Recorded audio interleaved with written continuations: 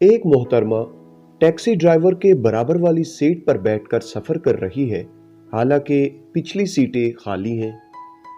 एक शख्स मस्जिद के आगे से गुजर रहा है, जबकि लोग नमाज पढ़ रहे हैं और वो नमाज अदा किए बगैर आगे गुजर जाता है। आप एक आदमी के पास से गुजरते हैं और उसे सलाम करते हैं, मगर वो जवाब नहीं देता। असल में मोहतरमा टैक्सी चलाने वाले की अहलिया है। उस आदमी ने दूसरी मस्जिद में नमाज पढ़ ली है और उस शख्स ने आपके सलाम की आवाज सुनी ही नहीं है। एक बुजुर्ग फरमाते हैं कि अगर मैं किसी भाई को इस हाल में देखूं कि उसकी दाढ़ी से शराब के कतरे टपक रहे हैं, तो मैं यही हुस्न ज़न रखूंगा कि किसी और ने उसकी दाढ़ी के ऊपर शराब उंडेली है।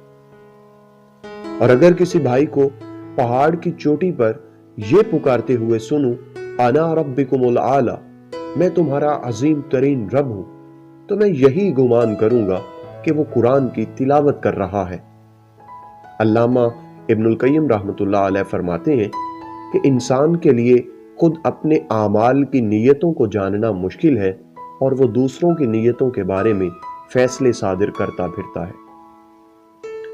अक्सर आप मामले के सिर्फ एक रुख को देखते हैं, लिहाजा दूसरे रुख को आप मुस्बत तरह से लें ताकि लोगों के साथ ज्यादती और उनकी हक तलफी ना हो।